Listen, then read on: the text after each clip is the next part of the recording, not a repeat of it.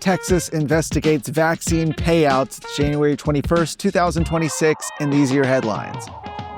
Attorney General Ken Paxton is launching a new investigation targeting what he calls a multi-level, multi-industry scheme by Big Pharma and Big Insurance to financially pressure doctors into pushing childhood vaccines. Paxton's office says the probe will focus on whether pediatric providers, insurers, and vaccine manufacturers failed to disclose financial incentives tied to vaccine recommendations such as bonuses, higher reimbursement tiers, or contract requirements linked to meeting shot quotas. The Attorney General argues the system has effectively forced Texas children to receive more than 70 shots from birth through age 18 in order to keep receiving care from many pediatric practices.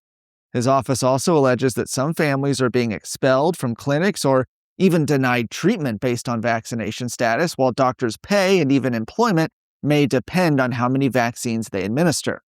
Paxton is issuing more than 20 civil investigative demands to major entities, including United Healthcare and Pfizer. Paxton said he will not tolerate a carrot-and-stick approach to healthcare recommendations, vowing to expose any provider driven by financial incentives rather than medical judgment. Texans for Vaccine Choice is praising the investigation and has urged providers to rethink their coercive policies. Today, Governor Greg Abbott ordered Cypress Fairbanks ISD to terminate any negotiations to host the 2026 Houston Islamic Games after the event was promoted as being sponsored by the New Jersey chapter, which is a little strange, of the Council on American Islamic Relations, or CARE. In a letter sent today to Cy-Fair ISD Board President Julie Heineman and Superintendent Douglas Killian, Abbott warned the district that it may not use taxpayer-funded school facilities for an event tied to an organization that he just recently designated as a foreign terrorist organization under state law. Abbott directed the district to preserve all records and confirm within 7 days that any negotiations or agreements have been terminated. And he warned that if Cy-Fair failed to comply, he would direct the Texas Education Agency to seize communications and refer the matter to Attorney General Paxton for potential legal action. Well, after that warning, the Islamic Games website quickly changed the Houston area location to TBD, to be determined. Just earlier this week, Grapevine-Colleyville ISD also severed negotiations for a similar event after concerns were raised about CARE's involvement. Are you worried about your kid's future? You should be. I'm Charles Blaine with Texas Tomorrow.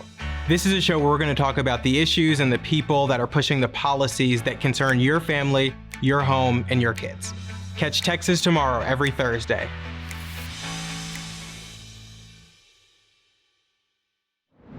A big shakeup ahead of the March election. Today, Governor Abbott endorsed Nate Sheets in the Republican primary for Texas Agriculture Commissioner over incumbent Sid Miller.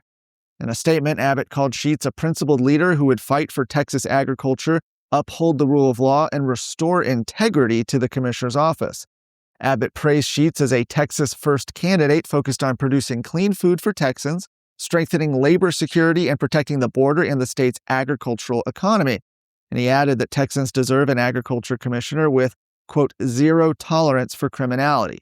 Well, Sheets is a Navy veteran and businessman who built Nature Nate's Honey into a national brand, and now he's challenging Miller, who has often criticized Abbott during his time in office, especially over the governor's handling of COVID-19.